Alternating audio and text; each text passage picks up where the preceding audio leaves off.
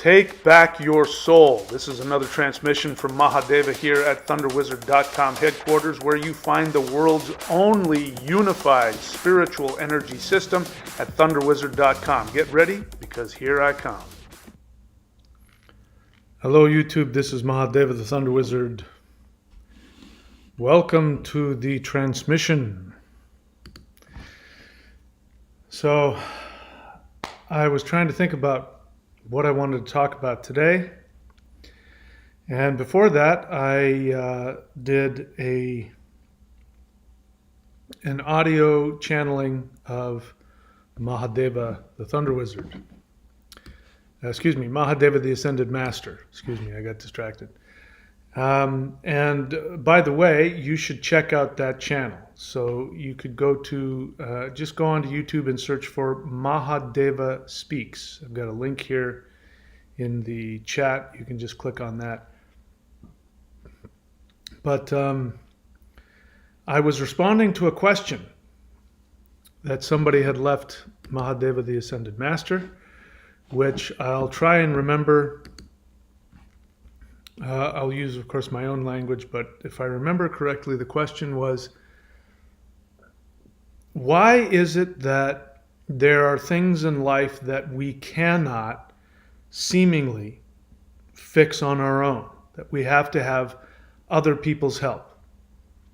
You know, and I don't know what he meant by that, but I was thinking about, you know, when you need help from a mentor, when you need help from a healer, from a teacher, probably from anybody, but specifically that's what came to my mind. But certainly I've said many times, we can't do this thing alone. And one of the things that I see on this channel a lot is, look, let's just be honest. A lot of people get involved in spirituality because they're in pain. They're seeking to escape their pain. Whenever you hear somebody talking about escaping the matrix, escaping reincarnation, they're all talking about the same thing. Life is painful and challenging. On top of that, many people have feelings that there's nobody out there, that nobody cares, that the universe is an unfriendly place. So they feel alone, unsupported, unloved, unseen. They don't belong anywhere, and they're carrying a lot of pain. Maybe they've gone through some trauma in childhood. That's a lot of people who end up on the channel have that. And so I say to them, you know, all the time. I mean, it happens on my channel all the time. You should go find a counselor, I say. You know, you need to go to some 12-step program, get a private session with me, and I will help you find your soul desire. I mean, that's just a reality. And unfortunately, there's a lot of people out there, they think they're going to come onto YouTube, watch a lot of YouTube videos, and they're somehow going to figure out how to get through life. And the reality is it just doesn't work like that. That's our experience. When I went and asked Mahadeva to channel the answer to that, the answer that he gave me was, it just completely blew my mind. It was not what I was expecting. Once again, sometimes he says things that I would say, which leads me to believe, assuming that this experience is real, that, you know, these are things I've already been taught, or he's already taught me, or I've come to the correct conclusion, or whatever it is. But when I have an idea of what I think he's going to say, and then he says something that I wouldn't have even thought of, or was, so, it's not that it's opposite me, it's just so different from my reality that I have a hard time getting my head around it.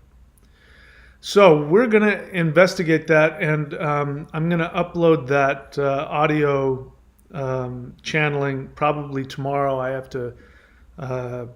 have to convert it to a video file, and, you know, I'll play with the sound and all of that so you guys can hear it, and then I'll upload it to that channel. But in order to comprehend this, we have to talk about something that I became aware of only recently, which also blew my mind, which is that we are not a single universe. Now, I'm not talking about multiple timelines and infinite possible dimensions and universes. I'm not talking about that. I'm not talking about infinite timelines. That's also true. So if I can't even bring that into it because my brain just can't function on that level. If you can comprehend all that stuff, great. You're a heck of a lot smarter than I am. But the universe we live in is not a single universe. It's a binary universe. It means that there is an exact mirror of this universe going in the opposite direction. And mathematically, as I understand it, I'm not a physicist, but mathematically, apparently physicists have been saying this, I don't know what they call that kind of physics, experimental physics or something, where, they do all kinds of mathematical things and they figure things out. And these aren't things we haven't observed yet, but the math is saying that that's what has to happen.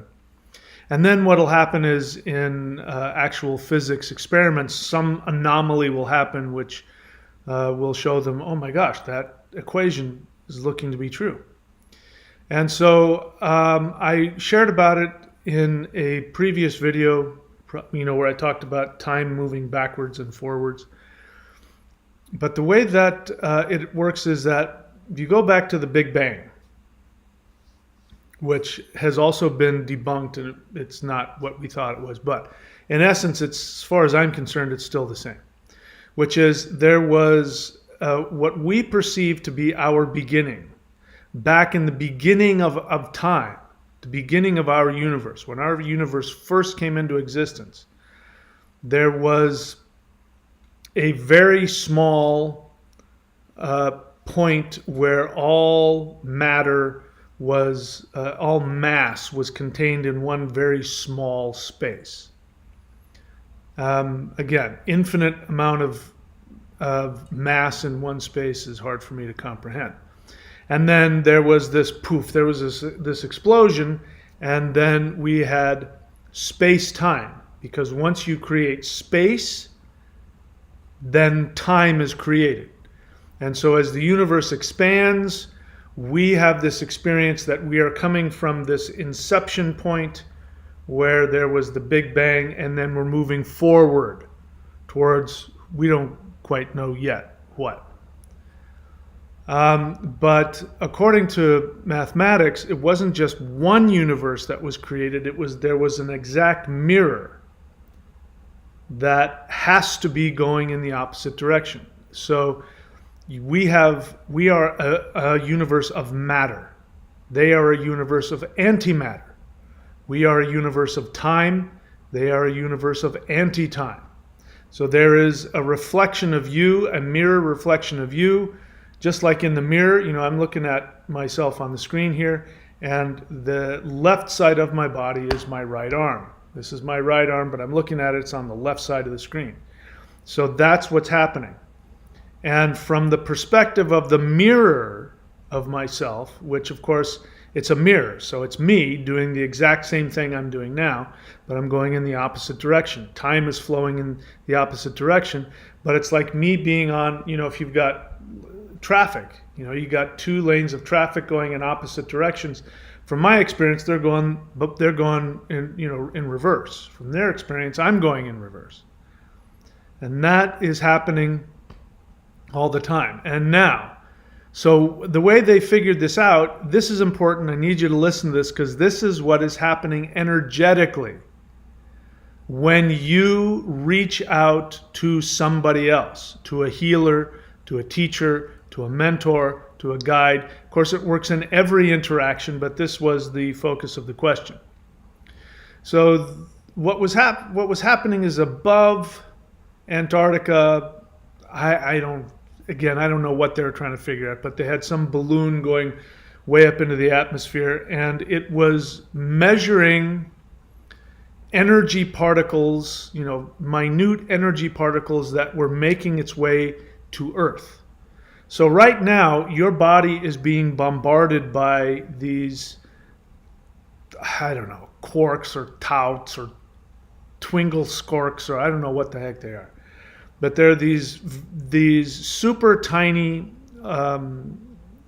energy, pieces of energy that are flowing through you, and they flow through the earth and they flow through your body, and we can detect them. You don't feel them. Doesn't do anything for you one way or another. It's like you don't exist. It's just going right through you. And so they were somehow using some kind of equipment that was able to detect these particles of energy coming into the earth, which have to do, I think, with the background radiation of time. Yeah, neutrinos or something. Yeah, you're right. Something like that. I don't know what the heck I'm not a physicist. And so the idea is that these energy particles are traveling after the Big Bang, kablamo, all this energy goes out. And so as it's expanding out, they come to us. Now, my understanding is that they don't come from the earth. That, for whatever reason, can't happen. They only come to the earth. And they're coming from all angles into the earth. And so what they detected was an anti-neutrino, if it's the neutrino. I don't know what. They detected these anti-neutrinos not coming to the earth, but coming out of the earth, which is impossible.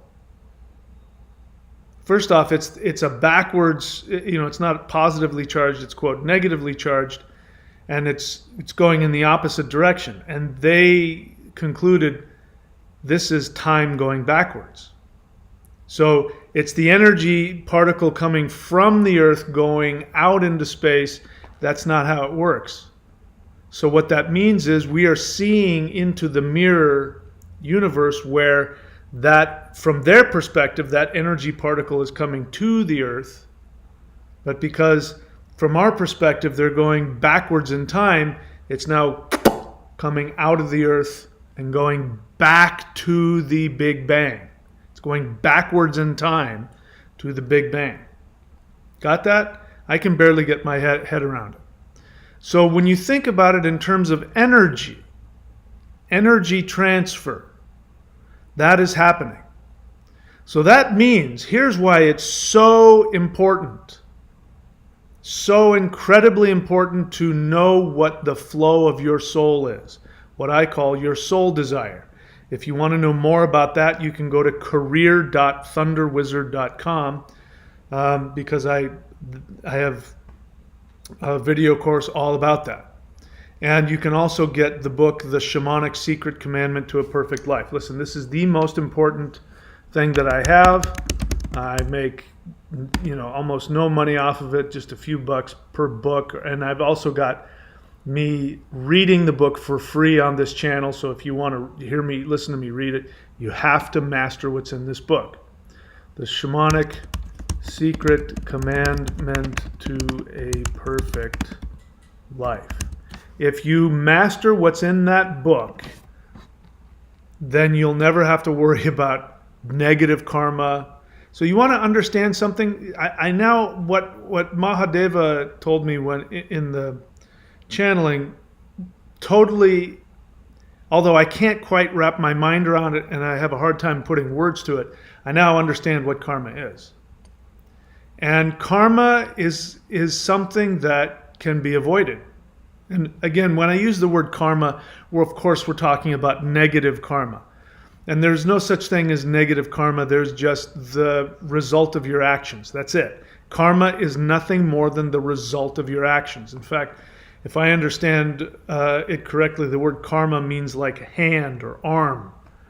Something you do creates an effect, and you have to experience the logical outcome of that effect. Period. End of story. That's why this is not, like we say here on this channel, it's not about what you're thinking and what you're feeling, which is what you hear in The Secret, which you hear in the Law of Attraction, that you have to just focus on happy, good feelings and get your thoughts in order, and then that will create an attraction and good things will come to you. And that's not how things work. There's nothing wrong with having a positive attitude. There's nothing wrong with feeling good. That, of course, will have its own positive effects, but that's not what creates the positive karma in your life. It's not also what creates the negative karma in your life. Your bad thoughts or your bad feelings do not create negative karma. Your actions create waves in space-time. Remember, we live in space-time. We don't live in intellect time. This intellect, if you want to know what the matrix is, it's right here between your ears. It's your intellect, not your mind. The stuff you do to try and think things through. You're going to think it through. It's a bunch of ones and zeros. And, the only benefit it has is that maybe if you're able to think things through, you might take the proper action. That's the whole point of thinking, is so that you take proper action. We are beings of emotions, but emotions are reactions. Now, you say, no, it's not. I had an emotion come up in me and then I went and did something. Yeah, but there was a thought deep inside of you. Deep in your unconscious, a thought came up. And you had an emotional reaction to that thought. It happens all the time. This is what psychologists are for. Basically to say it's all in your head, which is true. I think everybody's out to get me. Well, that's called projection. What is projection? Well, projection is when you project onto other people your own internal feelings. Will Smith. It's pure projection. It's only happening in you. It's not happening in objective reality. It's happening inside of you. You're the one that takes action on it, and then you have to live through those actions. So, I'm getting off topic as I am wont to do. And let's go back to that energy that they put up a balloon that went up in the air over Antarctica. Why Antarctica? I don't know. And they were measuring for these energy particles that are coming to Earth from the background radiation of the Big Bang, and they always come to the Earth. After they hit the Earth, they don't flow through it and come out the other side. That's impossible. So all of a sudden, the impossible happened. Some negatively charged, completely backwardly charged particle is coming from the Earth and is going back into space, which the only way that I understand that could have made sense, based on what they know now, is that was a particle from the mirror universe that was flowing backwards in time from our perspective, going back to the Big Bang. So what we have is we have positively charged particles that are following our timeline that are coming to us from the past. At the same time, although we can't see it, we can't detect it, the mirror universe, that same energy, because it's right on top of each other. It's not that there's one Earth here and one Earth here. They're on top of each other. They're occupying the same space. At that same time, that same energy particle that's coming in from their perspective, those energy particles are going backwards in time. So there's this flow of energy, positive and negative, backwards and forwards, happening simultaneously. Okay? So the question was, why are there things that we have to go through? And I sure hope I can explain this, because I can see it and I can feel it. I just don't know if I have the words for it. Why is it that there are things that we go through in life that we cannot go through by ourselves? It has to do with this flow of energy. And it's an illusion. Because I was fully expecting to hear Mahadeva say, well, the reason why you need somebody to do this and this, and he didn't. He started off by saying the opposite. He said, Everything is inside of you. All of the answers to all of your problems is inside of you. And it is true from your experience, there are things that you will not be able to go through without the help of somebody else, whether it's a teacher, whether it's a healer. And so he gave a few different examples, and one of them I remember was the healer.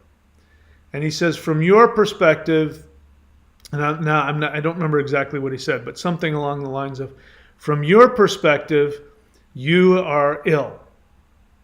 And so you seek out an energy healer who comes to you and gives energy from themselves into you, and that energy goes into you and balances or heals or empowers or whatever it does, and bingo, you're healed. And he said, that's not what just happened. He said, in actuality, what is happening is that you are giving the healing to the healer. But you can't see it from your perspective because you're going forward, your perception of going forward in time. Just like that particle, we are looking for particles coming to the earth. And at the same time, there are particles moving away from Earth back in time. What's really happening is that you're experiencing something that's actually going in reverse.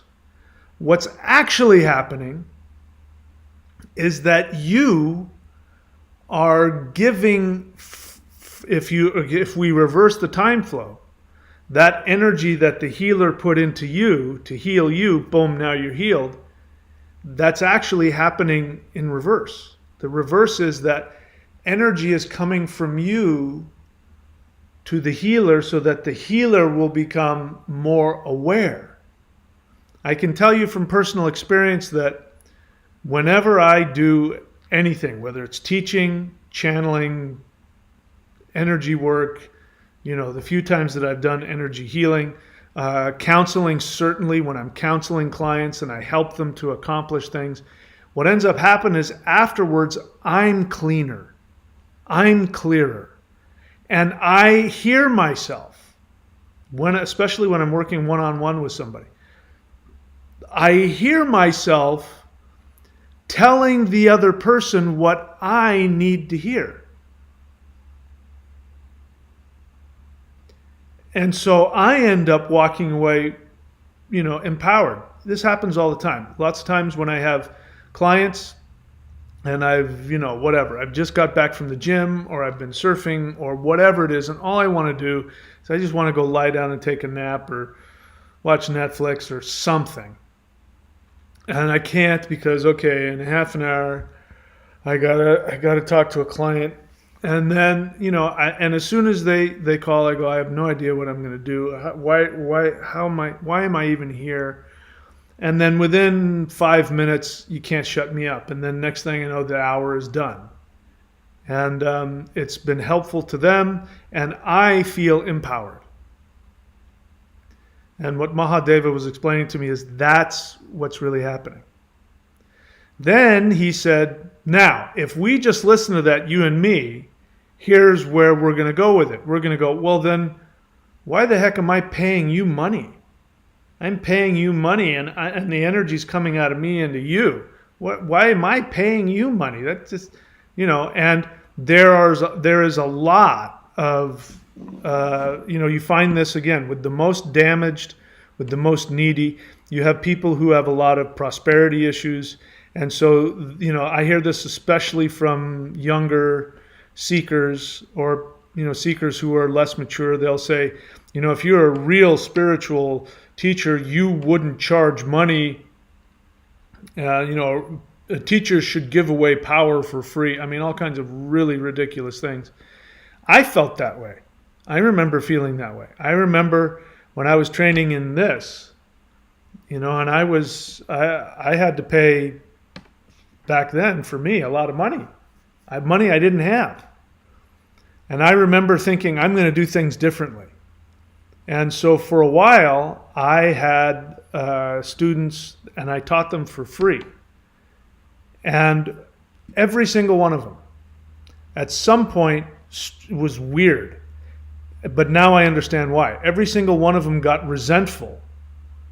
They started saying mean things about me that I wasn't, they said all kinds of things. I've been accused of being, sexist. I've been accused of being, a liar and a fraud. And I'm going, wait, I'm teaching you for free. What are you talking about? And they end up leaving. Or they end up not learning. Like I'll spend hours and hours teaching them routines, energy routines, these Maoshan things, hours teaching them and thinking, I'm giving to you what I wanted. I had to pay for it. I couldn't afford it. I'm giving it to you for free. And then, a month later, they're like, can you, how does that one part of the set go again? Like, I don't understand. I was taught it once and I never forgot it. And then I go, oh, that's right. I paid a lot of money to learn it. Of course I didn't. Of course I didn't forget any of it. So here's what's happening. When you give money to somebody to then receive the energy, reverse that. You are giving energy, and in exchange, they're giving you money. Which is why whenever you give away something that you have for free, the student feels ripped off. Because the teaching energy, the energy of teaching, the energy of healing, it only looks to us like it's going forward in time. It's actually a backward movement. When you receive something from a teacher, it means that you're giving to them. But you don't see it that way because time is flowing in what you believe is forward momentum. But the energy transfer is going backwards in time. It's going backwards to your origin. So if you try and get something for nothing, you'll end up resenting that teacher and it won't make any sense. You'll come up with some reason why they're abusing you or something like that.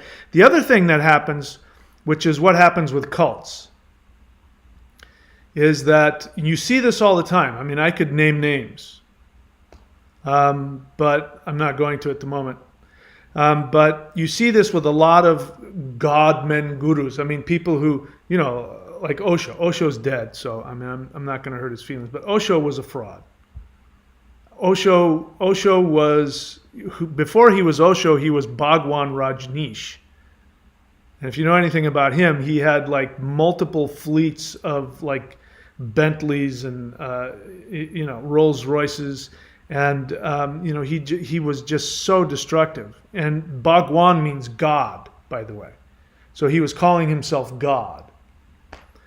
And he ended up changing his name because he got into a lot of problems and then pretended to be this like hippie, but he had some brilliant things to say. Don't get me wrong. He channeled some brilliant things. Same with Carlos Castaneda. Channeled brilliant stuff, but was a fraud. But what you find with people like, here's another good example. Now it makes sense. Most of you probably are too young to know about this guy, but where we get the phrase, "Oh, he drank the Kool-Aid." Remember that? The Guyana murders. Who was that guy's name? I forget his name, but there was a guy who ran a cult in South America, and he made all of his followers commit suicide by drinking Kool-Aid. It was laced with cyanide. That's where that term comes from. Oh, that guy just drank the Kool-Aid. It means that you've been brainwashed into a cult. Well, what he used to do, those kinds of things, is he would reach out and save people. And so whenever you have a teacher who doesn't want something, he doesn't want some energy exchange, they're going to take it out of you in some other way. Those are the guys who end up sexually abusing their students. Those are the guys who end up defrauding you, taking all of your money. They up front say, I don't want anything from you. I'm just here to give to you. And you say, well, Mike, what about all those priests that go around the world? Well, priests are paid by the church. and you give donations to the church then gives and pays the priests money. So the priests they're still getting, they're spending their lives, feeding the poor and helping, but they're getting paid for what they do. They're supported for their work. So whenever you try and get something for nothing, you're under the delusion that time is going forward in that exchange, when in reality it's going backwards, and you are stealing from yourself. Because what ends up happening is that it ends up the energy's coming out of you and you're not getting any money back. Remember how it works? From our perspective, the student says, "Here, healer, here's some money." And then the healer puts energy into you, which balances you. But it's actually going the other way around. You are giving energy to the healer, and in exchange, the healer is giving you resources, finances, money, whatever it is.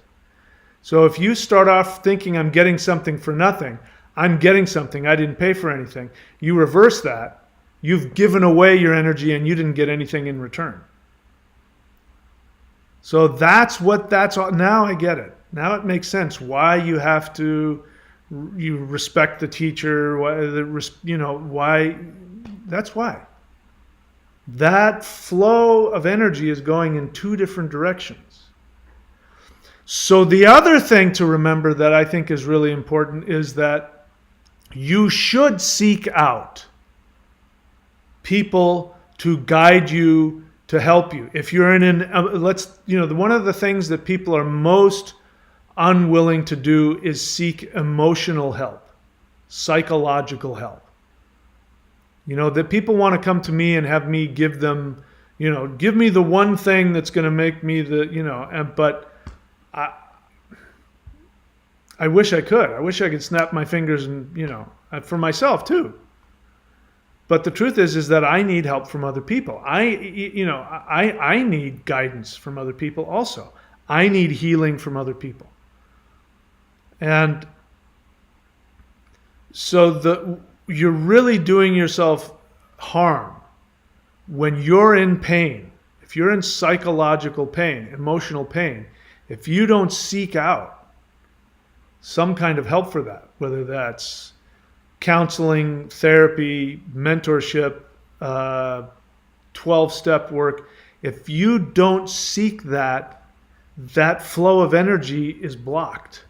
And remember, when you go to somebody else and say, "Can you please help me?"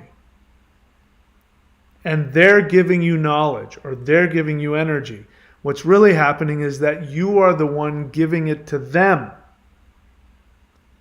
So you're denying yourself the opportunity of being empowered by giving to somebody else.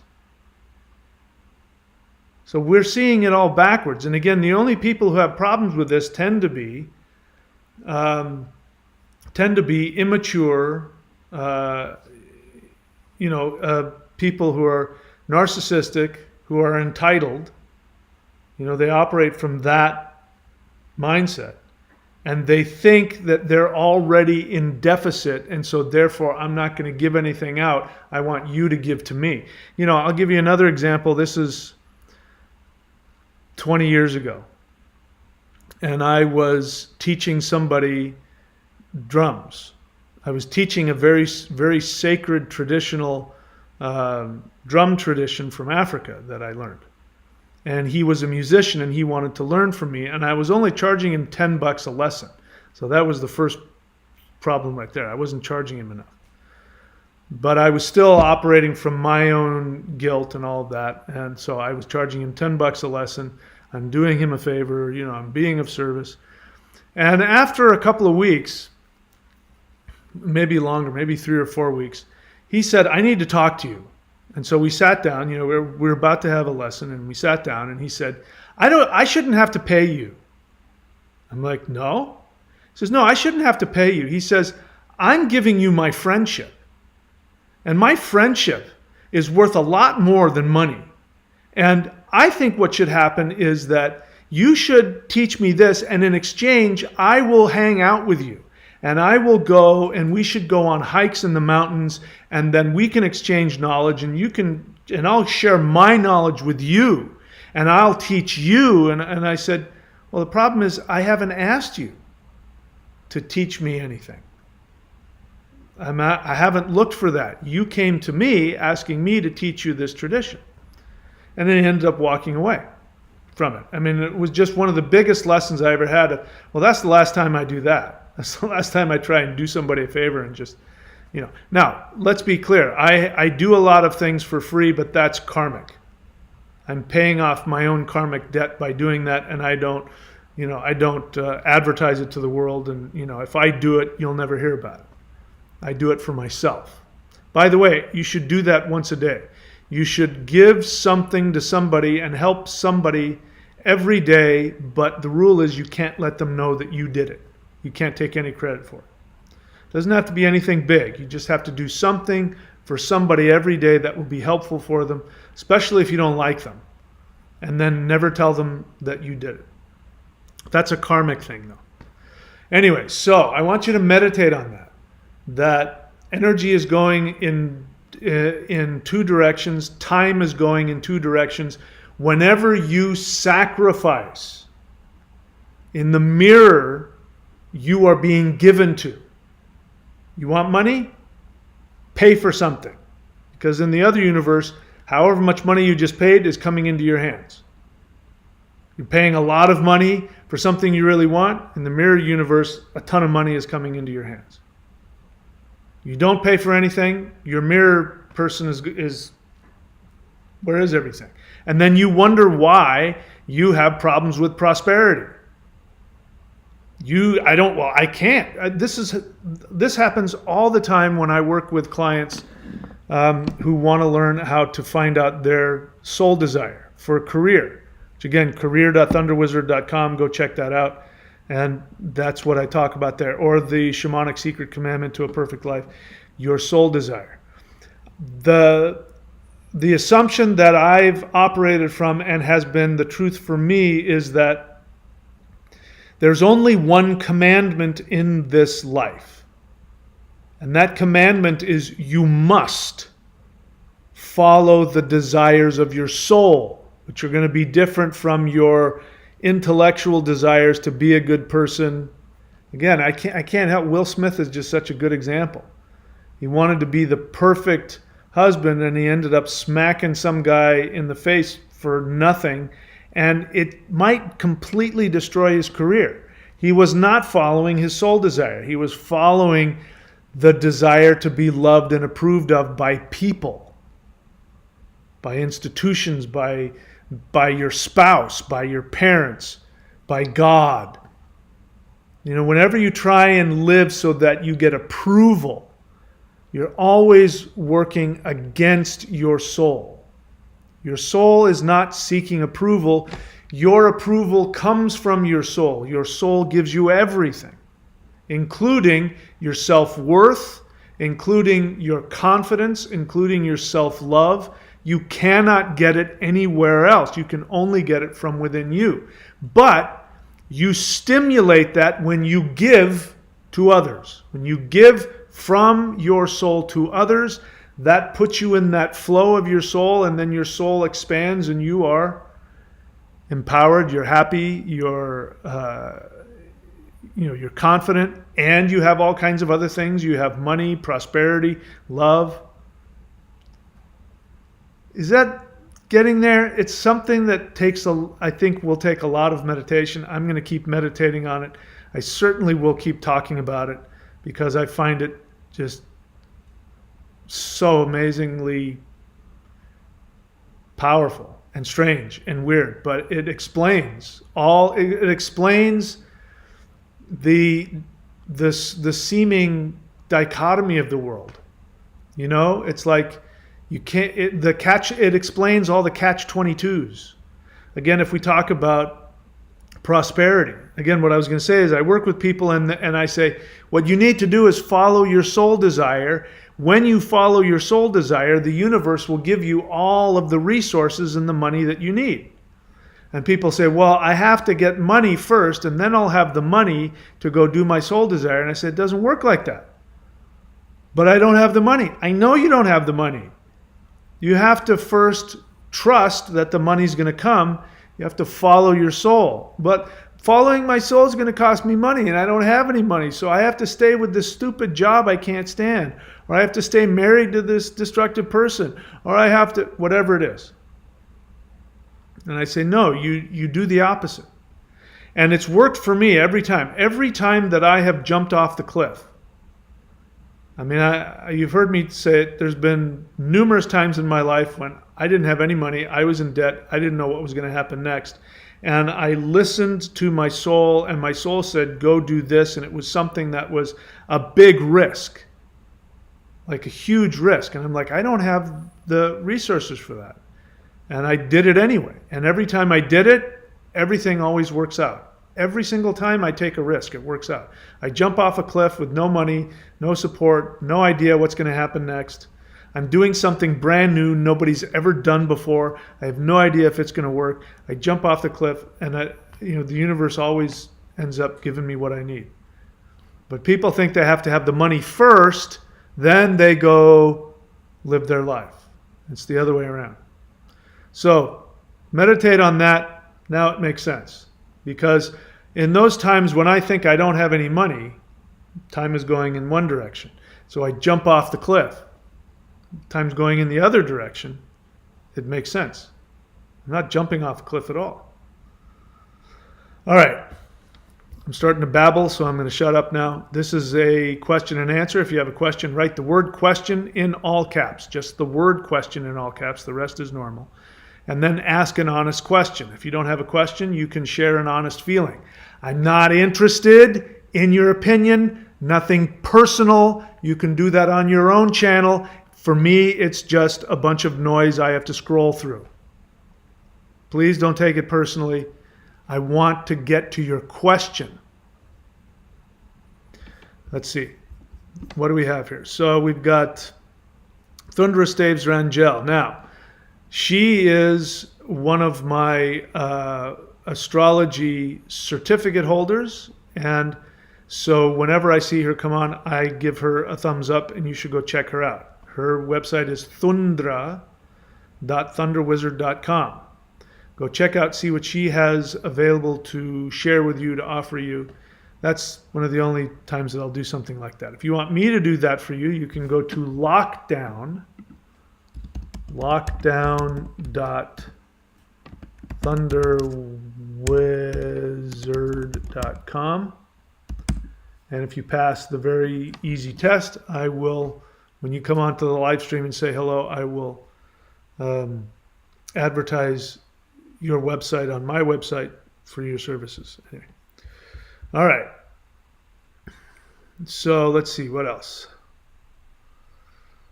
Looking for the questions.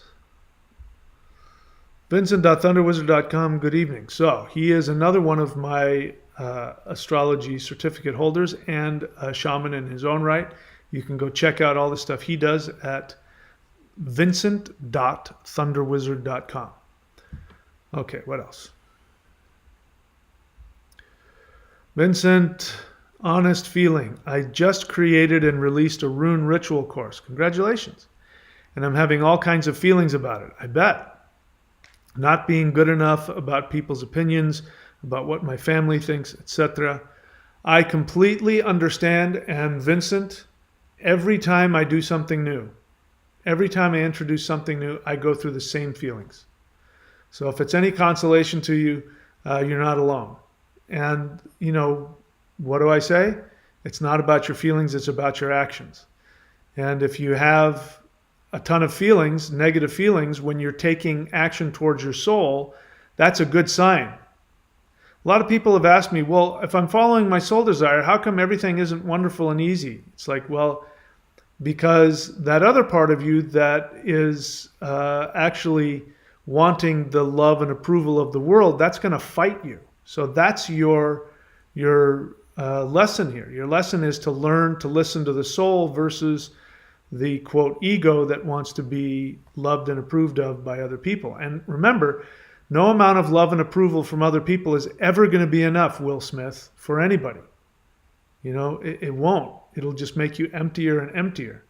The only thing that empowers you is when you operate from your soul desire. Anyway, I forgot where I was going with that. Vincent.thunderwizard.com. Question.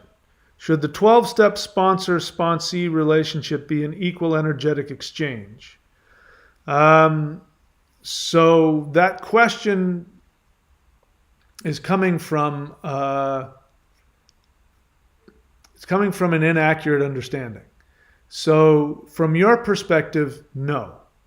The sponsor-sponsee relationship is that the sponsor is completely giving to you. And they are helping you, but you're actually helping them the most. When you sponsor somebody, you'll know what I'm talking about. For now, you are doing them a favor every time you give them a call, every time that they spend time with you, their free time with you, and they share with you, you are helping them. So, equal energetic exchange, your job is to listen and learn. Your job is to ask questions and to listen and learn from them. A healthy sponsor-sponsee relationship can look all kinds of different ways, but the main thing is they're guiding you through the steps. So you want a sponsor that's going to take you through the steps. That's what the word sponsor means. In 12-step groups, they don't have counselor, they don't have guru, it's a sponsor. A sponsor is somebody who, it's taken from, if you want to be sponsored into a club or some kind of organization or into a union, somebody has to sponsor you. So a sponsor is somebody who says, I'm going to walk you through the steps of how this works. So they're not your parent, they're not your friend, but they can act like one. You can have that experience with them, but the main thing is that they're helping you for free to work through whatever the 12-step issue is. And that is a karmic thing. So you remember I said, there are things I do karmically, which I don't tell you guys about, which is I do just for free for myself. Sponsoring somebody is a karmic thing. So no, it's not an equal energetic exchange. You just show up and you ask for help and then you listen. All right. Everybody's got or one person in particular has a lot of opinions that I haven't asked for.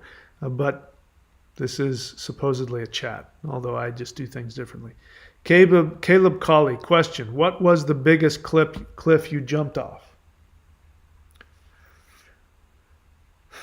My first question is why is that? Why do you need to know the biggest cliff?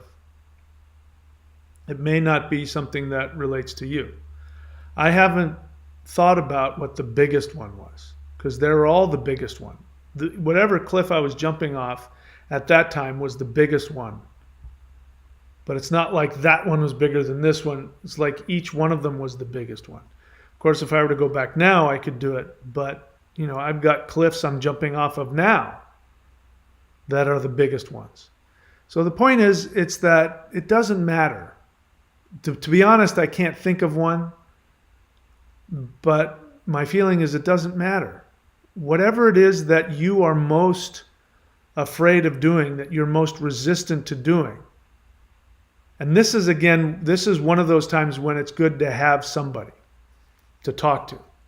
Because when I talk with clients, they sometimes can't tell the difference. Or at least that's their experience. They can't tell the difference between what their soul is asking them to do and what their intellect is telling them they're supposed to do.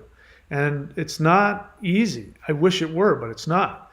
The thing about your mind, your unconscious mind that resists you jumping off this cliff is that it's very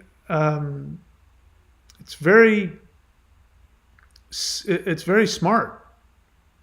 So, it's not like it's going to send you a postcard in the mail saying, I just want you to know that I am going to oppose you in jumping off this cliff, and I'm going to do it by this exact feeling. So when you feel that, that's me trying to tell you. So you go, oh, I'm having that feeling he said he was going to give me, and I'm not going to listen to that. I'm going to jump off the cliff. No, it's going to try one approach, and if that approach works, it'll keep doing it. If you don't listen to that approach, it'll try another approach. It's very crafty. So the point is, you just got to do it.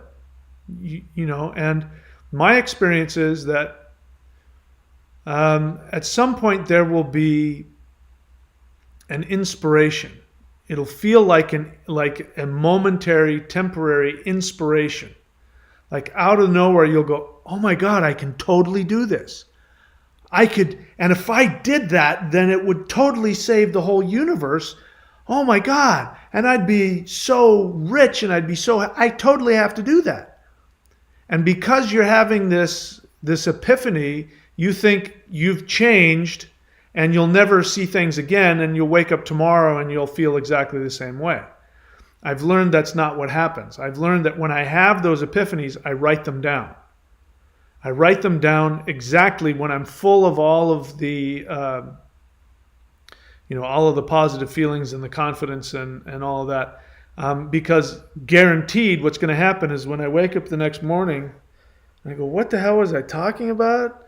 And then I'll look at it and I'll go, oh my God, that's not going to work. What was I thinking? I can't do that. I don't deserve that. Oh my God, nobody's going to, that's so stupid. And I've talked myself out of, brilliant things. And then, I sort of come out of that and I go, no, that was a really good idea. What was that idea again? And it's gone. It'll come back, but I don't want you to be afraid. If you've forgotten some things, it'll come back. But the point is that the inspiration is different from the feelings that last a long time. And the feelings that last a long time are the guilt, the fear, the doubt. I've done this. Again, you got to be at least like 40 to remember this. But do you remember the movie? I'm trying to remember the name of it. The Witch. God, I'm so bad. I'm like that old fart that can't remember things. Crap. Anyway, it was the first movie that came out in the theater that was a mockumentary, which is a fake documentary where it was supposed to be people with handheld cameras, and they're out in the witch of the something or other. And just before that, I had been writing a movie, and because I didn't have a lot of money, I was going to do it documentary style. And I was going to do it with handheld cameras and all of that. And when I wrote the script out and I showed it to people, they said, you can't do this. Nobody ever does this. This won't work. So I rewrote the whole script and I did it normal cinematic, whatever. And guess what?